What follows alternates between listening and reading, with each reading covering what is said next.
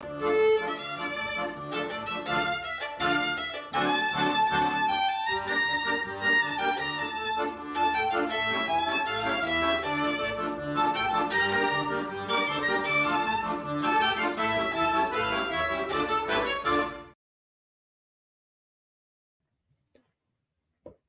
everyone and welcome to A Celtic World, the Celtic show that connects the Celtic family from all four corners of the globe.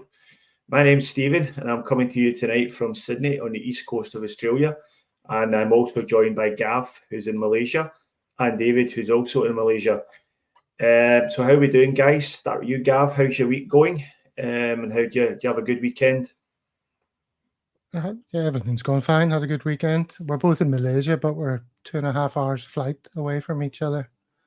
So not exactly next door neighbours, but yes, all good. Buoyed again by the wonderful return to domestic football, I have to say. David, how are you doing? Brilliant, same as Gav. Delighted to be 2.5 hours away from him, and also what a result on Sunday. So I'm a happy chappy. Let's get into it. Speaking of which, Stephen, did you meet with Jerry in Sydney the other day? No, it got aborted. I was in Sydney, but unfortunately Jerry had suffered some technical difficulties in the form of being really pissed. Oh. He'd been on the cans all day, and didn't. It was an 11:30 kickoff here in Sydney, and he didn't have the staying power required. So that did make it. I think he watched the game in his son's house, who lives here in Sydney. So maybe next time we'll get a Celtic World meetup going. So thanks everyone for joining us live. Please feel free to join the conversation in the comments. I see Frank Brennan, one of our usual commenters, is in there already. Welcome, Frank. If you're watching the replay, you can also reach out to us on our social media channels to tell us how good a job we're doing, or even if you just think we're talking a load of old pish. And don't forget to like and subscribe to the channel as well. So on tonight's show, we're going to pick the bones out of Sunday's game against Aberdeen and look at some of the talking points that came out of that match.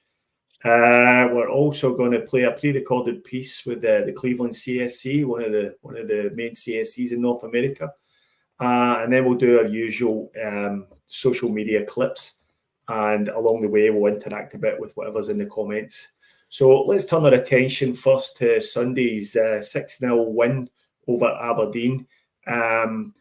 Obviously, a very comfortable result and a very enjoyable watch. But we'll go right back to the start and we'll talk about the lineup first. So Yang came into the side after Daizen Maeda's injury sustained during the incident where he got sent off against Atletico. And Odin Holm came in to replace Paulo Bernardo in the starting lineup. Gav, any surprises there? Well, it was much as a lot of people predicted. Holm and Yang, Daizen Maeda having missed out, as you said, because he injured himself, thus proving that it was definitely a red card, according to the best Scottish reporters around. Don't know if you saw that. But yeah, happy to see both of those guys playing, get a bit more time. You know, that's the one area where not long ago we said we had tons and tons of depth, far too much depth. We need depth in greater areas, but we've got wingers coming out our ears. So we don't at the moment, so it's good to see them both. Slightly disconcerting to look at Odin Holm, I have to say. I don't like it when someone's facial hair is a very different colour from the hair on their head. But as I say that, I'm looking at David. He's got a bit of an Odin Holm going on there. Okay. Noted. It didn't dawn on me until those words were leaving my mouth. Sort of like white hair and brown, reddish brown. Not disconcerting. Well, I get it. Oh dear. Right. It's worse. Okay, it looks worse on Home than it does on you, David. I'm very comfortable with your facial hair. Can you stop and can I talk about the game, please, Steve? Yes, please. Go ahead. So So let's the move only on surprise for to me- David's view on the starting lineup. Yeah. So I was pleased with the starting lineup. It was a strong starting lineup, wasn't it? It was intent after the game, the European game, and it was going after the 3 points primarily, I thought. But with a little flex there from Yang, the home being included, I thought there was just, I suppose, surprise. I don't know. I thought Turnbull might have started because he's maybe done enough. He hasn't convinced everybody, I know, but certainly he scored. He's joint top scorer at the moment. So I thought we might have seen him, but he came on, and obviously he bagged the goal. So yeah, no great surprise, but one of intent from that team. Yeah, I think one of the things that jumped out to me was on the substitutes bench when right in from the cold came Alessandro Bernabei.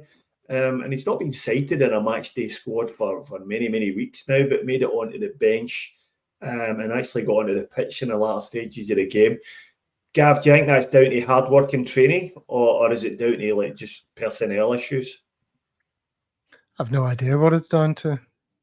I have no insight into that. I don't know what the story is. Everyone had him written off, but you know he's our backup left back. He has to appear somewhere every now and then. So maybe it's personnel issues. Maybe it's just because those few injuries sort of, elevated him up in the pecking order slightly to have him in the squad. I've no idea. But I don't know. I don't have anything to say about Bernabei. There hasn't been much evidence of him. The lesser spotted Bernabei. All right, so let's talk about the way the match started. I think the biggest difference with a lot of the games we've seen this season is we've got 2 early goals, and I don't think that can be understated how big an effect that has on the game, David. So how did you see the opening exchanges? So the first thing I saw was Yang taking his opportunity and really sort of stamping his authority on the game. There was sort of 3 outstanding players for me this game: O'Reilly, Palmer, and Yang. And Yang from the start, I mean, within 3 minutes, he's cutting through the Aberdeen defence, setting up Kyogo. Neither of Kyogo or O'Reilly could make anything of it. But then the 4th minute pass from Palmer, etc. And it was kind of relentless from that point on. I was delighted to see the approach of Yang in the match as well. I have to debate whether or not I'd give the man of the match. Actually, who was man of the match? I don't even know who that was. Can someone find that out? But it was the intensity of play. And as I watched the game again today, took notes and was looking at our defence, and they had virtually nothing to do. Johnny Hayes, I think, got the best chance from them. So from the very beginning, you saw intensity of play, pushing high, but it was the crosses that were getting delivered from the likes of O'Reilly, from Palmer, were just brilliant to see and watch. And those other players adding and contributing to take and open up an Aberdeen defence. I felt that there was maybe some squander of chances that could have been done. Maybe at Kyogo, I guess a bit, but he's going to score. So I just thought it was a brilliant start. Palmer was man of the match. Cheers, Kaiser. Yeah. Well, that I can go with that. But yeah, super Yang to see his performance.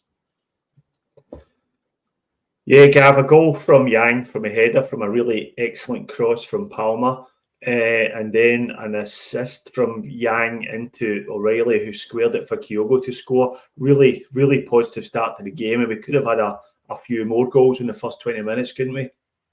Yeah, at one stage during the first half, I was thinking to myself, it was a late kickoff, or 10:30, I think, here, and I was in 2 minds as to whether I would watch it at night or in the morning. And I was thinking, well, we'll see what the score is at halftime. And I thought to myself, it'll be 4-0 the way this is going. And then it kind of wasn't. We got the 2 goals and then eased off a bit, or things didn't quite work out. And Yang was instrumental in the first 2, the most important goals. At the heels of the hunt, once all was said and done, Palmer was the man of the match, I would say. But yeah, don't underestimate Yang's importance for shaping how it all went.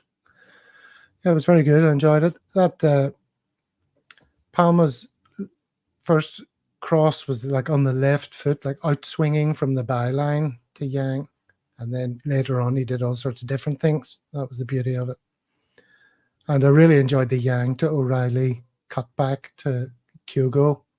It was very reminiscent of the previous manager, wasn't it? The kind of goal we would have scored in those days. Yeah, okay, so that was it. That saw out the first half. We went in 2-0 up. Now, early into the second half, in the 48th minute, we lost Kyogo, who had to be taken from the pitch with a suspected concussion after a challenge from Robisic, the Aberdeen centre half. Now, I just want to grab your guys' opinion before I give mine. Should that have been a red card, David? All day long. It's not even up for debate. I think it's dangerous if we allow this sort of play into our game. He was behind him. He was 5 feet away. He'd committed into that head coming from behind. Kyogo was knocked out before he hit the ground. He face planted. I cannot understand why anybody would say, well, it's 50-50 because he got the ball. Yeah, because he's annihilated the player. Of course he's going to he's just basically head-butted them out the way. For me, all day long I read. Yeah, and I'm not even sure he did get the ball. He certainly, if he did get anything on the ball, he certainly got more of Kyogo's head than he got of the ball. So I think the key phrase for me is control. They always talk about whether you're out of control. Like if you leave the ground 2-footed, you're out of control and you're at risk for injuring the player.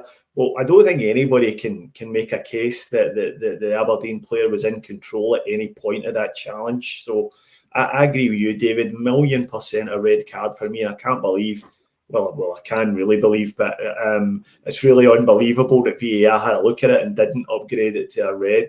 And there's a point made by Kaiser there just about, and just really annoyed me even more about it, was after the decision had been given on it, he was caught in camera laughing. He knew, and that sickened me more because it was a sickener as well. Sick to my stomach watching something like that, and it would have been on any professional footballer seeing someone that goes down like that. It's a horrible thing to see, but sort of reveling in it as well.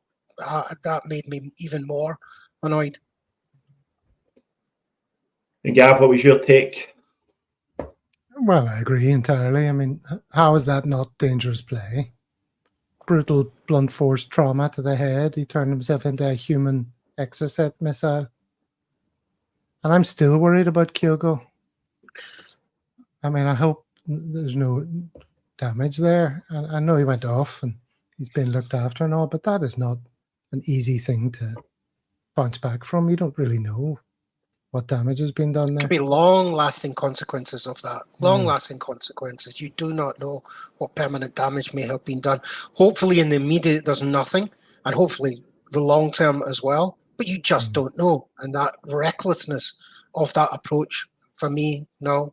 There should be some retrospective stuff done on that. I don't know whether or not that's possible. I don't know if it can be. Why VAR didn't... I don't think it can be upgraded now that the ref's given a yellow. Once he's given that yellow, he's judged that to be a yellow card offence. I'm not sure that can be upgraded retrospectively, but certainly if it could be, it certainly should be.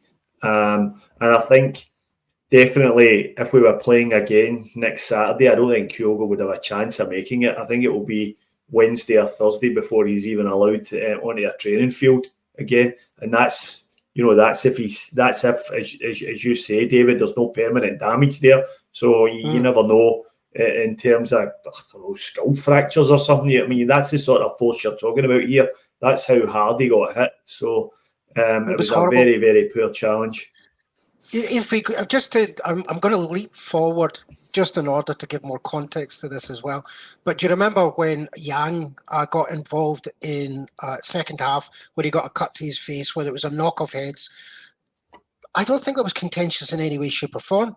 The Aberdeen player didn't realise he was there, came back headbutted him, etc., was deeply concerned for what he'd done, etc., was over just making sure there was no controversy for me, even though it was a visible cut. But that's an incident where you can say, I understand that's a coming together, physical sport, 50-50, whatever it is. Those are where you can make those comments. And no one's bothered about it. No one's talking about that because it is as such. But this one, no. Anyway, we'll move on. Yeah.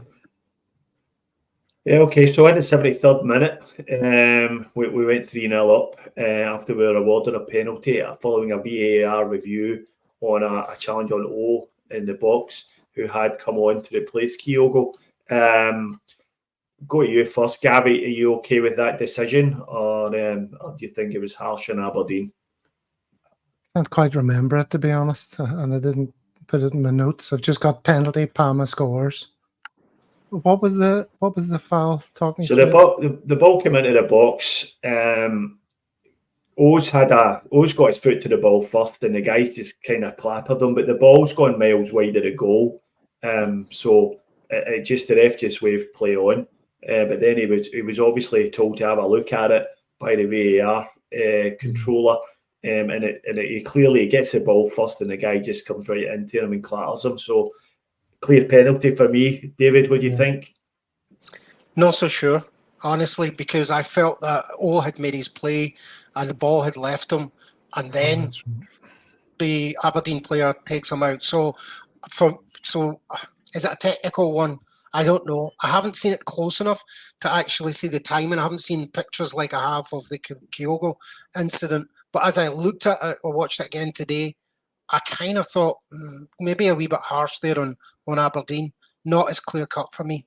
But I think in terms of deservedness, it's ours all day long.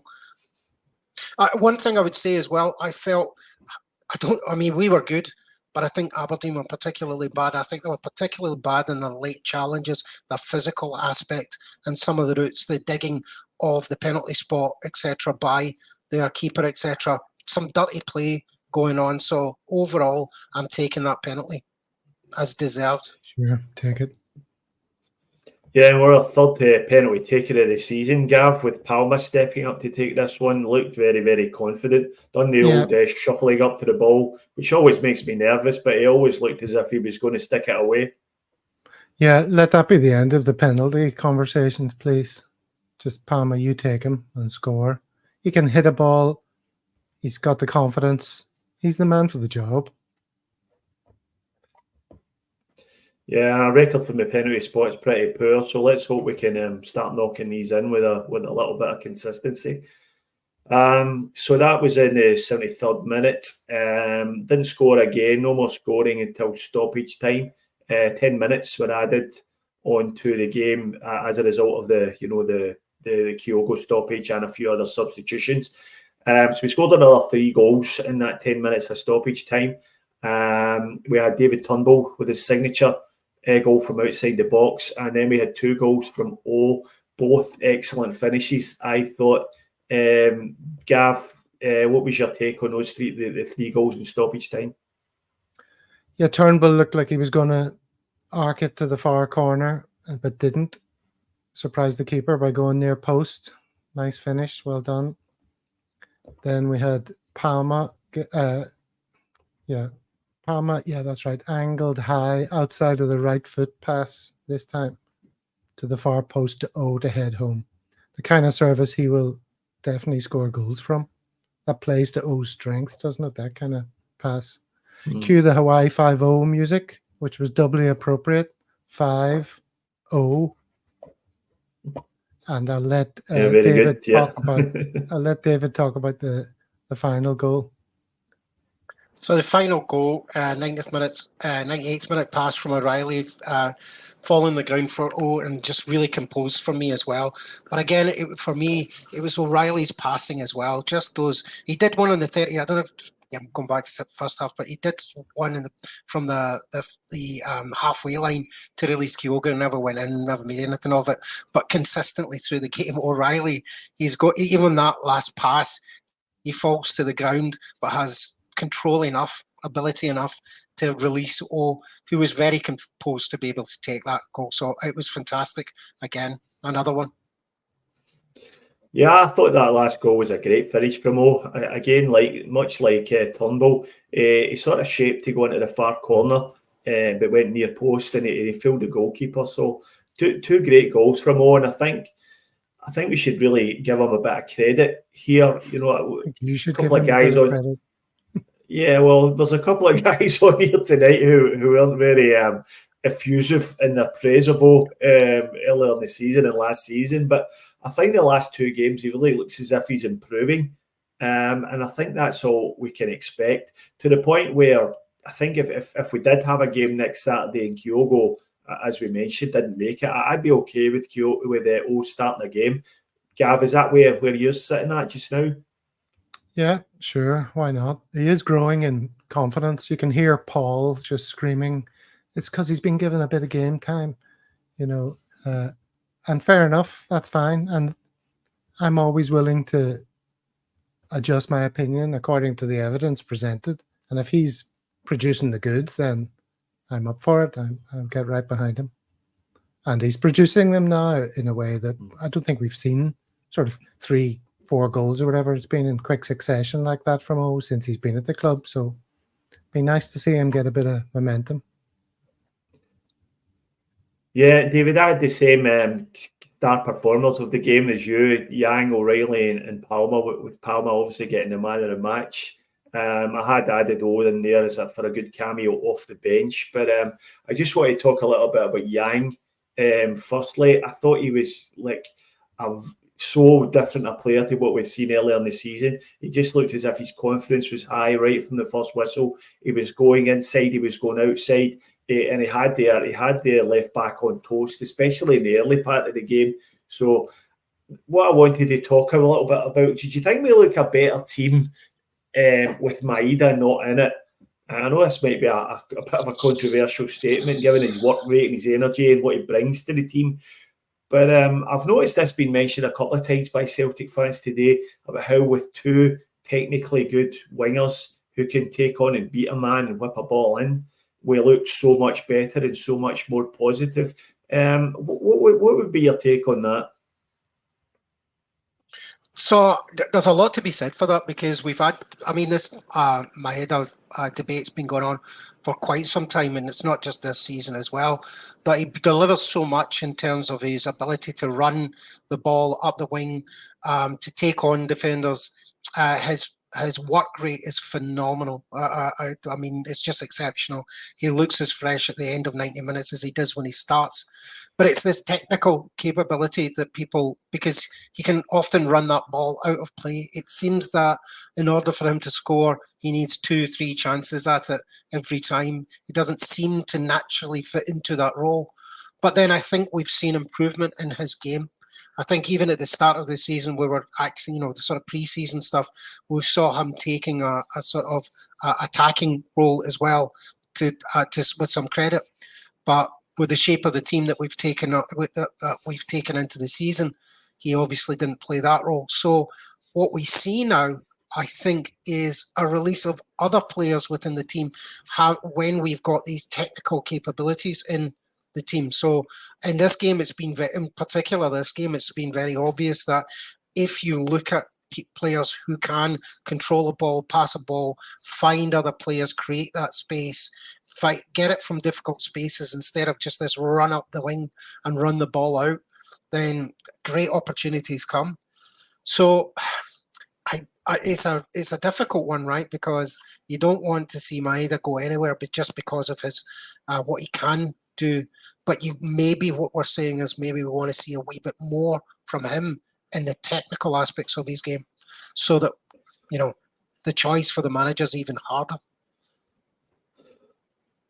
Yeah, I think this is something that Ange did as well last year. I mean, Maeda wasn't a 100% starter the whole time Ange was here. He quite often came off the bench, and I think like games, certainly home games in the SPL where we're playing against a low block, like we are most of the time, I think sometimes Maeda is kind of not as effective in that sort of tactical setup. And I think having players that can beat a man and unlock a defence that way is probably a more preferable way to go.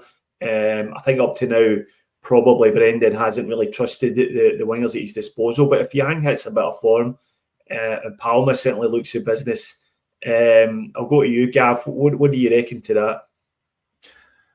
Yeah, I reckon horses for courses. That maybe the game time will be shared out more among the various players, depending on the challenge that we face.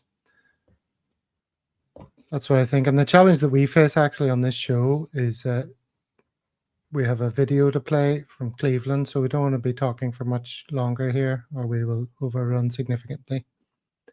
But yeah, okay. Midas is a great player, and I don't wish him away or anything like that. But there's just going to be games that suit other players better.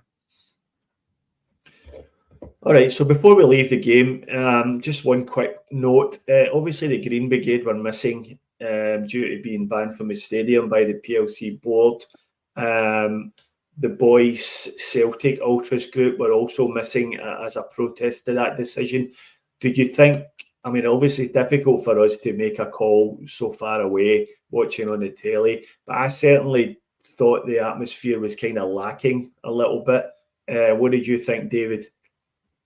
Certainly seemed it. I mean, I was watching it last night. I watched it again today. I don't know whether or not what the stream I watched today, they'd kind of dubbed it up because it didn't seem quite as bad. But when I watched it last night, it seemed devoid of atmosphere. There wasn't much crowd noise. And then reading social media today, lots of criticism about the atmosphere there for people who were at the game. So let's hope we can get to some sort of resolution to this thing and get them back in, because like it or not, they add that element to Parkhead that our opponents don't like. Yeah, I think it definitely adds something, Gav. I mean, did you notice a lack of atmosphere? Well, I think it tells you something when you can hear the little children's voices from the Cano Foundation. When you can hear them ringing out over the pitch, small in number, little vocal cords, and yet that's what the cameras are picking up. It's obviously pretty silent other than that. So, yeah. And when you think it was such a festival of goals, I mean, there was lots of cheering when the goals went in, but yeah, other than that, just a lot of prawn sandwich eaters. Yeah, let's not talk too long about silences and all that, or we might go down a dodgy pathway. So it's that time of year after all. So we'll move on now. I'll hand over to you, Gav, till we talk a little bit about the Cleveland CSC. Okay, well, on Saturday night, Dano and I sat down with Cleveland CSC to find out all about their supporters club, the city of Cleveland, and the amazing pub that they are based out of in Cleveland. So here it is. Enjoy. Here we are, and we are delighted to welcome, representing Cleveland CSC, James. How are you doing, James? Good morning, guys. And regular viewers will recognize that peculiar haircut in the top of the screen. That is Dano, peculiar, of course. Dano's from Chicago and went to university in Cleveland, so he's here to add a little flavor. Not Cleveland, down in the capital in Columbus. Yeah, that. Oh, I beg your pardon. The Ohio State University. Go Buckeyes! What's up?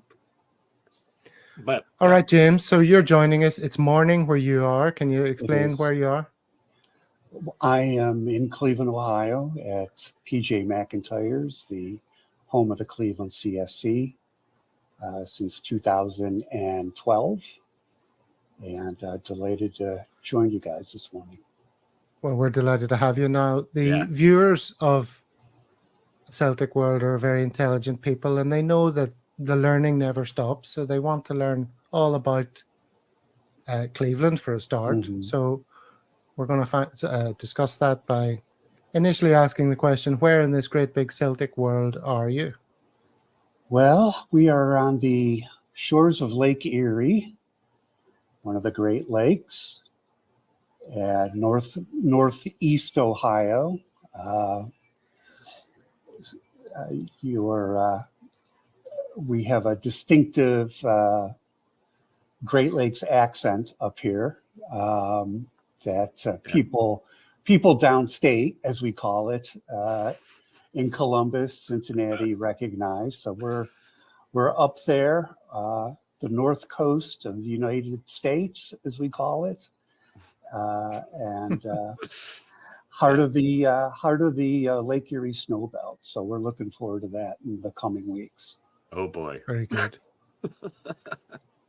So one of the interesting things I discovered in my extensive research within the last few hours is that Cleveland is a port city. It is, which I found extraordinary, because look how far it is from the sea, but it is connected to the Atlantic Ocean via the St. Lawrence Seaway. Tell us about that. Well, the St. Lawrence connects all the Great Lakes to the Atlantic, and Cleveland is a big port. It's a big port for agriculture, but mostly for steel production. If you were to go up to Lake Superior up there, which is the furthest west, you're talking about the iron ore range, and ore is shipped down through the Great Lakes to Cleveland and for steel making. So we still have, with all due respect to my Pittsburgh friends, we have a pretty robust steel industry in Cleveland. So, fun fact, the Edmund Fitzgerald that Gordon Lightfoot famously sang about was on its way to Cleveland when it sank, with a shipment of iron ore pellets. So Cleveland is a port city. And so this is the St. Lawrence Seaway project, and it exits through Canada, does it? Yeah. It runs along upstate New York and into the Atlantic through there. So if ever America fell out with Canada, they could put an embargo on it and stop you getting. I suppose. God knows what will happen next. Around here. No, you just got to ship everything through Chicago, because that's how Chicago got so big. We dug a canal, and you can get from there down the Mississippi and down to New Orleans. So is that right? From Chicago, you can get out to the sea another way. Yep. Yeah. You can. Wow. You can get down to the Illinois River from Chicago and get to the Mississippi eventually, down to New Orleans and out to the Gulf of Mexico. So all of these cities that are on the Great Lakes are kind of port cities, connected like to the Cleveland. sea. Yeah, connected to the sea. That's what makes the Great Lakes one of the many, many things that makes the Great Lakes so amazing. It's incredible. Okay. I should just point out for the listeners, James, you're in the pub and there's a cleaning crew upstairs that clean to the sound of music. So if people can hear a little something. Yeah, they're playing their classic rock. When I walked in this morning, their faces dropped because they assumed that there was a game going on. And I was like, no, I'm just going down the basement. Oh, okay. They're a regular fixture of our early morning games, whether they like to or not. Okay, so here we are. I'm going to just flick through some pictures of Cleveland. You can talk about what you see if you want. One interesting thing I discovered is that it's the place where the term rock and roll was invented, and it's home to the Rock and Roll Hall of Fame. Yeah, we claim it anyway. So it supposedly was coined by a Cleveland DJ in the early 50s, and the Rock Hall, which what you're looking at back there, the white building, is the Science Center. So you're down on the lakefront as you look at this, with these strategically placed Cleveland signs all over the place. I think there's like 5 or 6 of them around downtown and a little outside the outskirts. That is the Detroit Superior Bridge. I think now it's called Veterans Memorial Bridge, but when I was a kid, it was the Detroit Superior Bridge, and you're looking at downtown there. The tall building on the right is the U.S. Courthouse. The bigger building in the middle is the Terminal Tower, which at one point, when it was built, was supposedly the tallest building between New York and Chicago. It's not even the tallest building in Cleveland anymore, but that's where our trains came in back in the day. And that's the Cuyahoga River in front of, in the foreground. It's not famously caught on fire in the late 60s from industrial pollution. But it's cleaned up. Actually, you know, all the Great Lakes have been cleaned up tremendously, which is wonderful. You see, when you're in Cleveland looking out at the lake, does it effectively look like the ocean? It does. It's funny when you have people come over, particularly from Europe, and you take them down to the lakefront. They're like, wow. They were expecting like a pond or something, you know. And it literally is huge. And Erie is like, I think, well, it's not the smallest, but I think it's the second smallest. That is Progressive Field, home of the Cleveland Guardians baseball team. Interesting that formerly it's the Indians.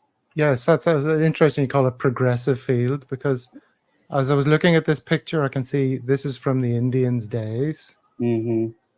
and they changed their name from the Indians to the Guardians. Was that to save on, you know, rejigging the signs and stuff? Just take off the IN, put in I think BUAR. the script is the same too. It is. It's all they had to do was replace, put a GUA and an R in front of it, and they were done. It's a beautiful ballpark. That's the baseball team. You're also home to the Cleveland Browns, American football. Yes. And the Cavaliers basketball. So very sporty city. Very much so. Names that everybody recognizes. They probably recognize Cleveland Brown from Family Guy, maybe. More than he was named after Family the Guy? team. Yeah, it is Family Guy. And then what's this ground here? That's the Cleveland Browns Stadium. Is it right? Yeah. And it's I think it's now like 70,000. They used to play in an old stadium, a 1930s stadium on the same site, and that was torn down when the Browns left in '95. The original Browns. I got somebody in the background. Hello, you're live to the world. That's Pat Campbell. That's the owner. Is it? Yeah. Pat's going to feature. Pat's going to feature later. Go on, put Pat on. Come on, Pat. Come over. He's in from the firehouse. No, I'm going. Hello. I'm on my way there. Hi guys, how you doing? How are you? Hey, I've got a little video to show of you on the On the stage hoops. with three lovely ladies dancing.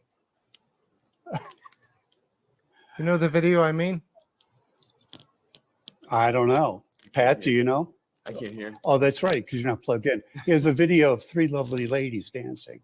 With him. Yeah, I have three. No, where at? With Pat on the stage. How about a little bit of history at this point, James? Sure. Moses Cleveland was the founder of Cleveland, but spelt with an A. What's your take on why the A was dropped? Supposedly the story is it was to fit better into a newspaper masthead, but I don't know if that's true or not.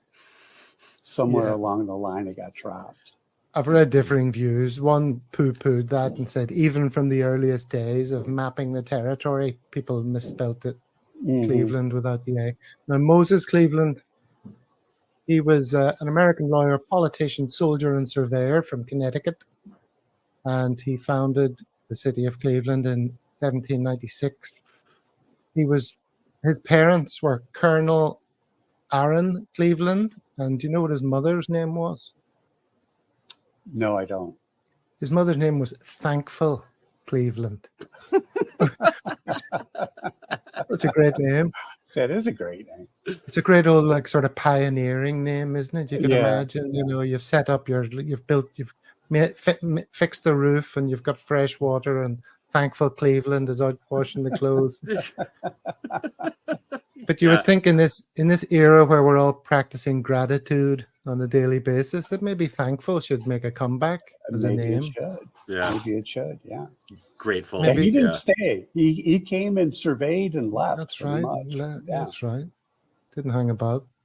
Hmm. But I was wondering if any A Celtic World viewers are out there and they're looking for a name for their forthcoming baby girl. Consider thankful. Consider it. All right, so let's keep going through the photos then. Oh, this is a street probably Dano knows as well as James. Dano, do you know Cleveland, the city, well? Yeah, my best friend at Ohio State was from Cleveland. This guy named Harmeet. His parents were like Indian immigrants. He's a Punjabi guy.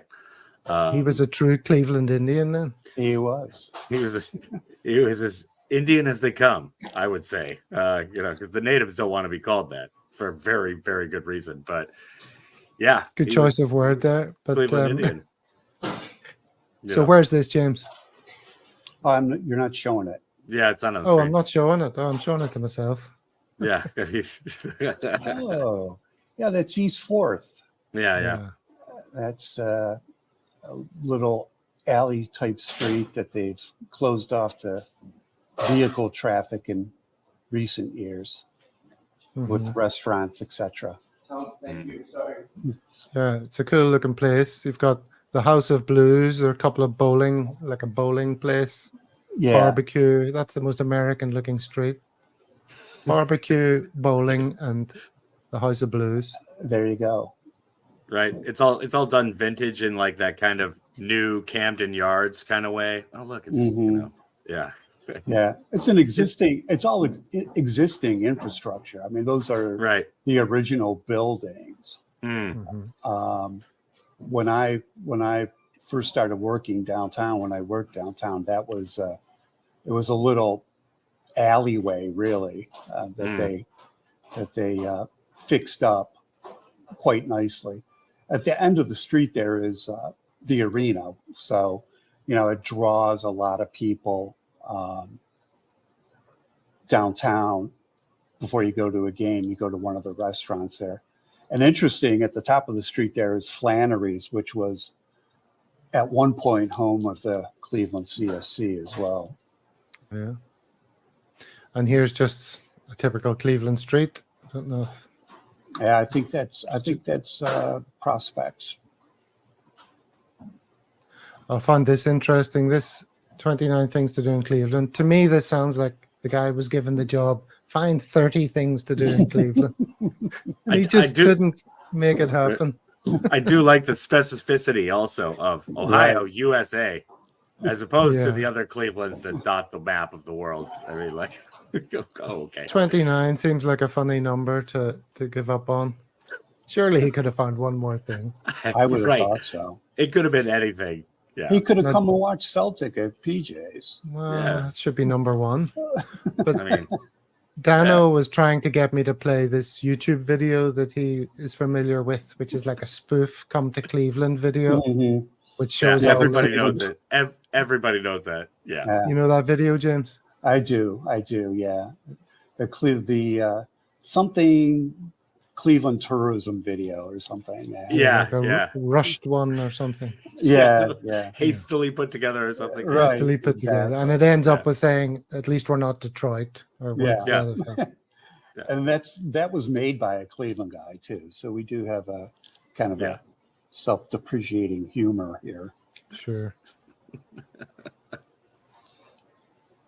Okay, well, let's get on with the CSC chat now. Let me make sure I'm sharing this. Here y'all are. Yeah. Talk us through some of the main players. This was after the treble last year, after the Scottish Cup final. The guy standing right behind the champions flag there is a Derry boy, Sean Gormley, who is a barber and publican. And on the far right there in the black shirt is Niall McCarthy, who I had hoped would be able to join us today. He's he's back in Dublin. He's a Dub ex Bows player.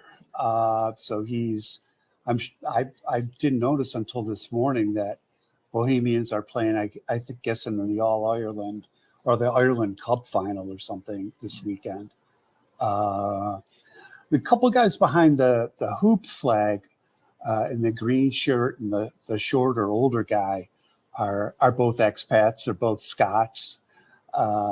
Jerry is the younger guy. He came over to the States to play soccer. He played at Akron, which is a pretty big regional soccer power at college level. Met a girl and stayed.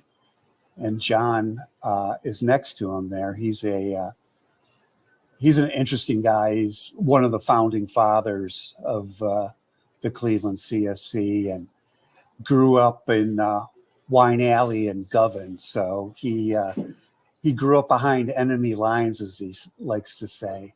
Mm-hmm.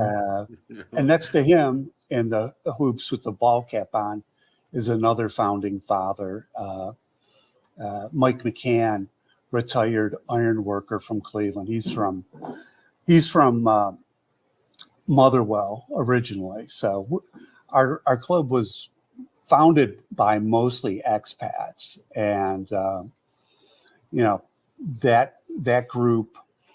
I don't want to say they're getting up there, but they are getting up there a little bit. So our club is kind of a mix of Americans and Scots and Irish.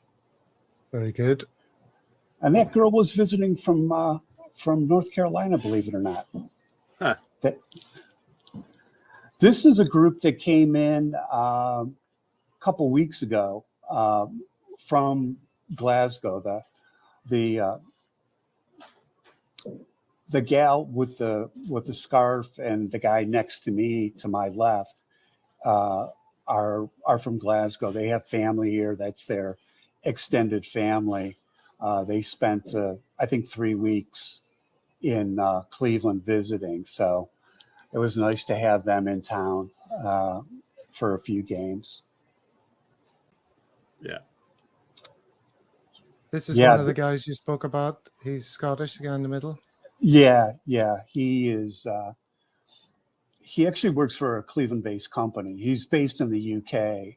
Comes over twice a year to Cleveland for work, and always makes an appearance. Usually gets roaring drunk too, because and the guy to his or our left was his driver for the day, a junior Lubrizol employee who was told you're going to drive me around today. So, well, I like the guy's haircut, the guy in the middle. Yeah. He's chosen to go short like me. Mm-hmm. No relation, Gav? No. No, I'm not related to all bald people. Oh, okay. Okay, Yeah, here's so another bunch of guys. Yeah, this was the last Rangers game. This is at halftime, where we're all discussing what needs to get better in the second half. Right. Okay, here's another one. So that's the pub, and downstairs there's an arrow pointing downstairs to like a function room, which is where you are currently. Correct, yeah. And notice the roof is very reminiscent of the Cork Harbour pub. Is that like a thing in American pubs? The tin roofs, tin ceilings. I mean, yeah. Corrugated tin or aluminum. Mm-hmm. Yeah. I wonder why that is. Is that so they don't get tobacco stains or something from the old days? I don't know if it was cheaper or what, but yeah, acoustically it can be an issue if you got a band or something. Sound boxes all over the place. And there you are again. And that's our Katie. That's our usual bartender. She was. We do something for the girls that bartend every year. We get them a personalized jersey. So that was I think that was the Cup semifinal last year against Rangers. That shirt made its debut. Very good. Oh, and tell us the story behind this picture. Yeah, so there's a organization in Cleveland called Refugee Response that we support. Cleveland is it's always been a big immigrant city, but it continues to be. And frankly, we need immigrants in the city. You know, we're losing population. So mostly kids from Central America, Honduras, Nicaragua, and from Central Africa, like Central African Republic, Congo, and Afghanistan now as well. So there's a organization that does a bunch of things. One of the things they do is they have a soccer league for the kids. So during the summer, we put together a little fundraiser, just new and used equipment that we could donate to them. So it was a nice idea. Plus, it got us, together in the summertime to socialize a little bit. And I know they're using the stuff because I see it. I see it in the pictures that they post as well. So Yeah, it's a nice thing to do. Yeah. Well, the history of Cleveland, much like the history of the States, is one of immigration. I was Yeah. reading about the influx of Irish and Italians and like Central Europeans. They said at one time they had the highest concentration of Hungarians in the world outside of Budapest. Yeah, it's a big Hungarian town. Yeah, Mm. and Yeah. lots of sort of what's the term? Slavic nations, Mm-hmm. which is reflected in the history of polka music. Mm-hmm. The Polka Hall of Fame is in Cleveland. It is. There's even a subgenre called Cleveland style polka. Yeah. And Yeah. the music's popularity is due in part to the success of Frankie Yankovic, Mhm. a Cleveland native who was considered America's polka king. I saw a documentary about him, didn't I, on Netflix? You might have. Yep. Yeah. And there was a fall from grace. It's fair to say. Yeah. But that's interesting. Polka music. Another thing that might interest Dano is the significant hip hop scene in Cleveland. Oh yeah. Who were the biggest exporter? Who were Cleveland's biggest hip hop export going back a few years? Yeah. Yeah. Bone Thugs and Harmony. I remember them when I was younger. That was a huge thing. That kind of combined, hip hop flow with actual singing. Was pretty novel at the time, and they had a massive hit called Crossroads. It was everywhere. Would you like to give us a little rendition of that, Dana? Nah, that's okay. I mean, I've done enough James? singing, I think. It's the one that went. It's the one that went. Meet me at the crossroads, crossroads, crossroads. Yeah. Now we used to do a thing when that song was super popular, where like my sister and I, one of us would be sleeping, and the other one had to get him up, and it'd be like, "Wake up, get up, get up!" Like right at the start of the song. Yeah. Did that all the time. It went on for years.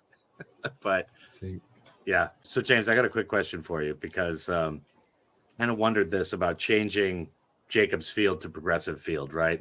Fans don't want to call it like the corporate name, right? Nobody wants to do that. Everybody just does it for money, and then it's like, ugh, okay, whatever. So do most fans still call it the Jake?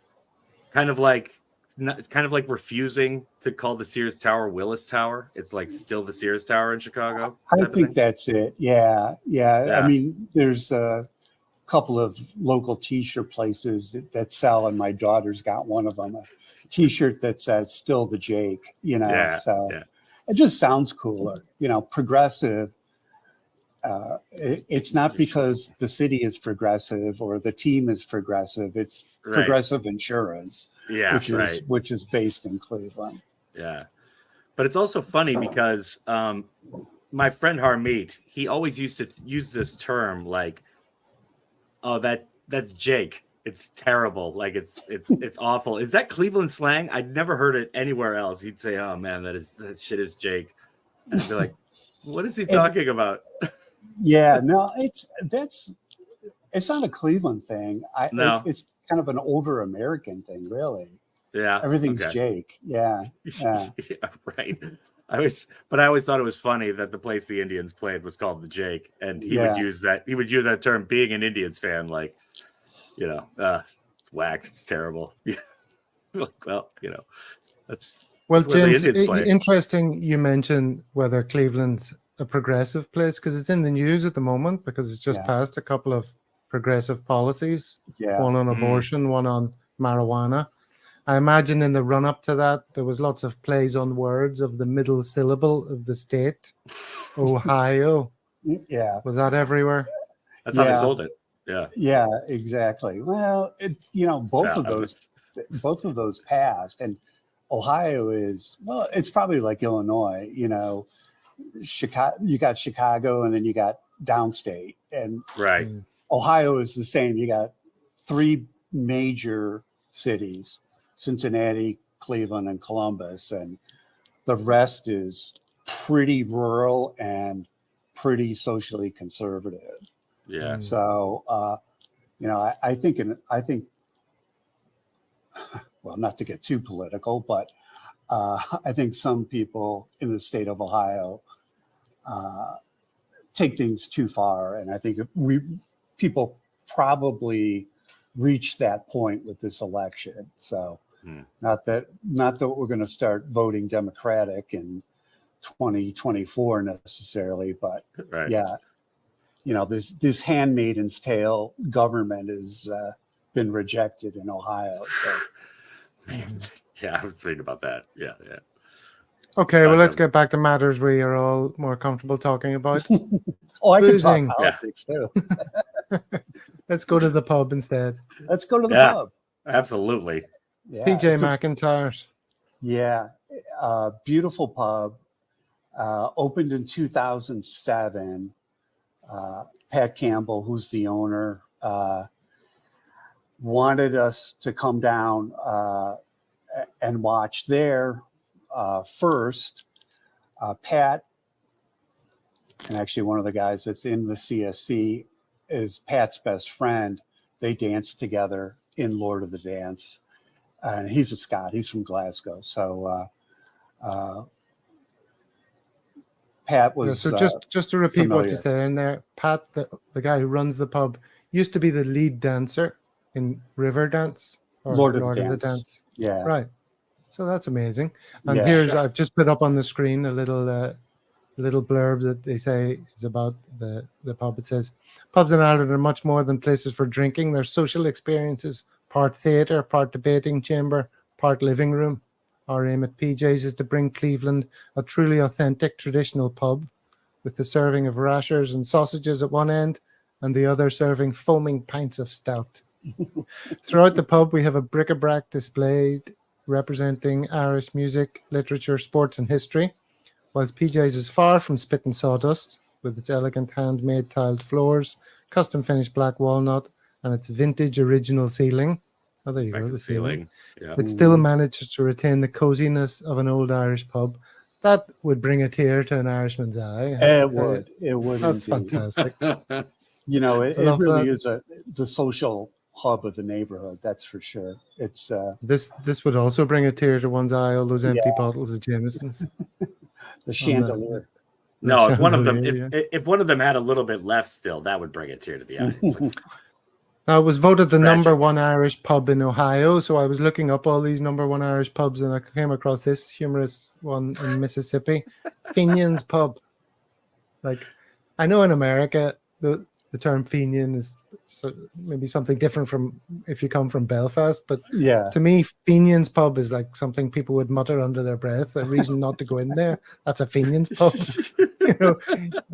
Certain Leave it- sections of society would be Jackson, giving it a wide Mississippi. berth. Wow. yeah, as far as America goes, just leave the racism to Mississippi, and they'll max it out. For everybody. I mean, like everybody. And the misplaced apostrophe means it's not a pub for Fenians, it's a pub owned by a single Fenian. It's a Fenian's pub.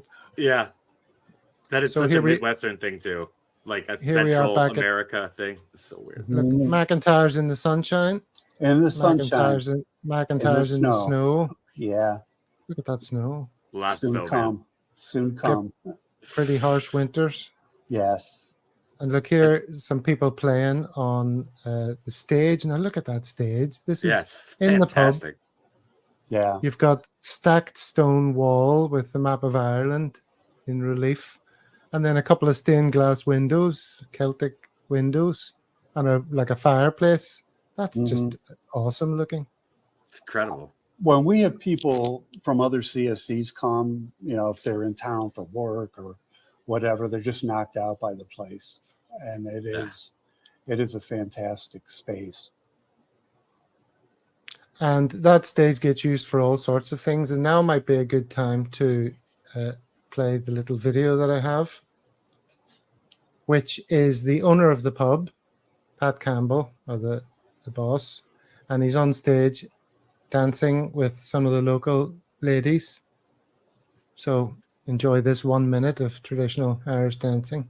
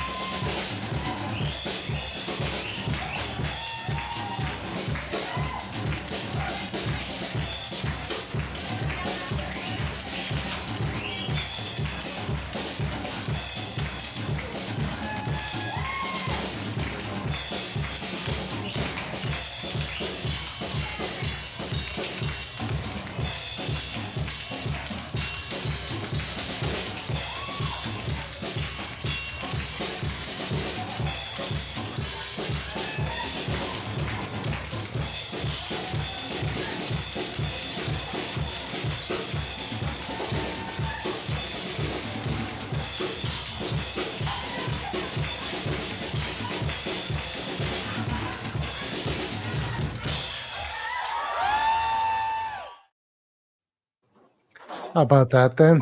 That's like rock and roll Irish dancing. I've never seen that video before. It's like John Bonham or somebody on drums back there. Yeah. Who is rocking the drums back there? I mean, it is. That's awesome. Whew, jazz technique, man. It's another woman, so lots of strong, talented women of Irish descent. Yeah, looks like it. Ciao, man. Yeah. I think the cameraman was doing a bit of Irish dancing there as well. But I think so. Got a bit shaky at times. Involuntarily, kind of joining the dance, right? Subliminally, subconsciously. But yeah, it seems like a pub with an amazing atmosphere and lots of things going on. That's you had mentioned Belfast. The guy that was in the picture of that little trio there is a Belfast guy too. Yeah, that's St. Patrick's Day. Hold on. In the middle. One of these guys? Yeah, in the middle. Let me see if I recognize him from school. I can't say I do. And then there's a band here called Mary's Lane. Yeah. They seem to play there quite regularly. Yeah, that's kind of the house band, if you will. And look at the stained glass windows ever. It's such an atmospheric looking place. Yeah, really. That picture's it's a St. Patrick's Day picture. Mm-hmm. Another band. And there's Pat with some of the Mary's Lane guys. Mm-hmm. And there's like a big, as we mentioned earlier, a big Irish community, and they have like an annual festival, don't they? Of some sort. They call it a hoolie. They have it in the early summer. Typically, it rains. Like it looks like it was that day. Yeah. Well, that's on point, on brand. Yeah. Yeah, right.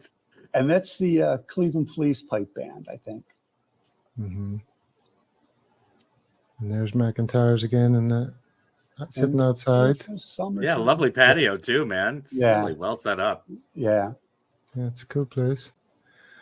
Okay, fantastic. So I think we've covered a fair bit about the CSC and your location and the wider Cleveland story there. So that's wonderful, James. Tell me, how do the fans in Cleveland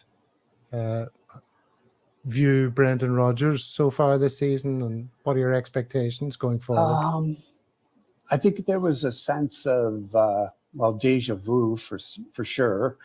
We were talking about it Cup final day, and of course everybody knew Ange was leaving, Yeah. And Niall, who's kind of like Nostradamus, who usually seems to be plugged into stuff, I said, who do you think they're going to get? He's like, oh, Rodgers is coming back. I was like, really? Yeah, Rodgers is coming back. So I think there was a sense of, I don't want to say resignation, but I mean, I think there's a recognition that you're getting a quality manager, and that it's, probably better than getting somebody off the street, so to speak, or maybe somebody who was a little more unproven. So, we'll see. It was hurtful to watch 6-1 or 6-0 the other day, or 6-1 the other day. Well, neither of us watched the 6-0. I only watched the first half and then couldn't take it. Yeah. Same. I mean, it's like 5 a.m. here when they started, so I was just okay. Yeah, we had some guys that came in from St. Catharines in Ontario. They were down in Columbus actually for a concert the night before, and on their drive back they stopped, and they were planning on making it an afternoon of it. And then probably when that 5th goal went in, they're like, well, I think we'll get on the road now. And I was like, yeah, I don't blame you. That's something more constructive. Yeah. And what about the mood about the place with the fans and the board? It's all a bit toxic at the moment, isn't it? It is. And I think the politics of it escape some of the local guys. Obviously Celtic is considered a left-wing club, and when you get people that are kind of more casual fans, it's really, they don't know the politics, they're not aware of the politics. It's interesting to say the least. I'm not sure where it's going to end up. I think it's a bit of a fig leaf to say it's about safety and whatever the board is saying as far as shutting down and shutting out the Green Brigade. But it's interesting. Dano, have you any closing chat for James? Yeah, I'm curious about, because I mean, have you ever had like an Old Firm game kind of be on the same day as a Michigan-Ohio State game? No, we have not. Yeah. We have encountered, there's a rugby club in Cleveland Rovers, that has their big fundraiser is a pig roast, and they have it here. They cook a pig in the parking lot. Yeah. and it's Ohio State Michigan Day. So we have had situations where Celtic are playing at 7:30 a.m. and Michigan Ohio State's at noon. So we've had some conflicts there. There are is there much crossover between the two crowds? I mean, because the Buckeyes, I mean, the whole state, everybody's Buckeye mad. But I would guess most people here are Ohio State fans. I personally am not. I never liked Ohio State. I asked my dad when I was little. My dad was a big Notre Dame fan. Oh, yeah. And I said, why don't you like Ohio State? He's like, because we're Catholic and we like Notre Dame. That's why. Yeah, I grew up a Notre Dame fan, like when I was younger. Yeah, Chicago. Going to Ohio State. Man. But yeah. Yeah. It's like that whole nexus, that whole part of the world, like you grow up Irish Catholic or just Catholic in general, you kind of like Notre Dame. Yeah. But Notre Dame is one of the great American pronunciations. It is. Yes, no doubt about it. But yeah, I was curious about if there's any crossover between, especially like noon kickoffs for the Buckeyes. Yeah. Versus, you could have like an afternoon game in Scotland and they could be closer together. I don't know. Yeah, there's been occasions where we've been relegated down here because, the All-Ireland or something is going on, or an All-Ireland summer final. They show the Gaelic games here too. Right. So right. Usually that'll that'll take precedence, though. It shouldn't, but it does. Sacrilege. All right, James. Well, look, it's been awesome to catch up with you and to hear all My about pleasure. Cleveland CSC, Yeah. and wish you every success in the future. Thank Yeah. you, guys. A pleasure to be And with you. when the people at A Celtic World do our American road trip, Cleveland will definitely be a stop. Please do, because we, and I mentioned in my, I think one of my messages to you, it always amazes me that Celtic people find us, because we're not New York, we're not LA, we're not even Chicago, so it's not like a huge tourist town. But in spite of that video, but we do find people find us. People travel through, or they're in town for business or a family event, and so we always love to have visitors come in and see us. Okay. Well, cheers, James. All the best. Cheers, guys. Yeah, thanks, James. Talk to you soon. Take care now. Yeah. Bye-bye. There you go. That was Cleveland CSC. You enjoy that, gents? Totally enjoyable. I'll put it on my to-do list. Very good. Some Yeah. feedback. Let's have the new Judith Chalmers. Very Do you think informative, Gav. the sort of back... I'm muted? I'm not muted. Do you think the background stuff about Cleveland went on a bit too long? No, I See some of the- thoroughly enjoyed it. It's great. Yeah, And we are a it's show learning about experience. Celtic World, are we not? Exactly. Dano getting into a bit of trouble for saying Old Firm. Right, well, that's an hour and 10 minutes, isn't it? So will we wrap up the show there, Gav? Well, you're the host, Steve. You do as you see fit. If you're about to nod off. Gav, we'll wrap up the show there. We've gone an hour and 10 minutes. It's getting past my bedtime, so Steve, can we'll you hear call it a me, night or you there. can hear? Can't hear anyone. We might just talk about Thursday's show. I will put up the times. So we're live streaming at the times you can see on the screen there. So what are we doing on Thursday, Gav? Anything special? Thursday we have a very special guest. Should we announce him? I don't know. We haven't discussed whether we're going to announce who it is, but it's Matt McGlone. We're going to have him on. We're going to be talking all about the events of 30 years ago and his role in them, and how he looks back at those times now, how they relate to today, all that sort of stuff. So that's going to be very interesting.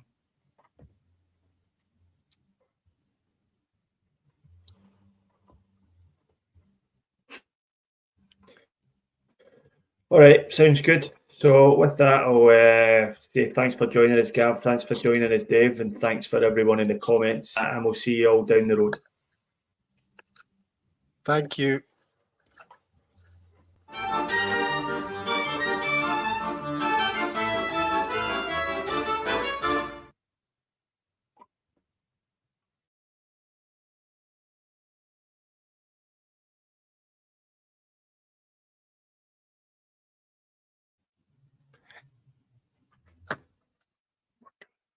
Hello?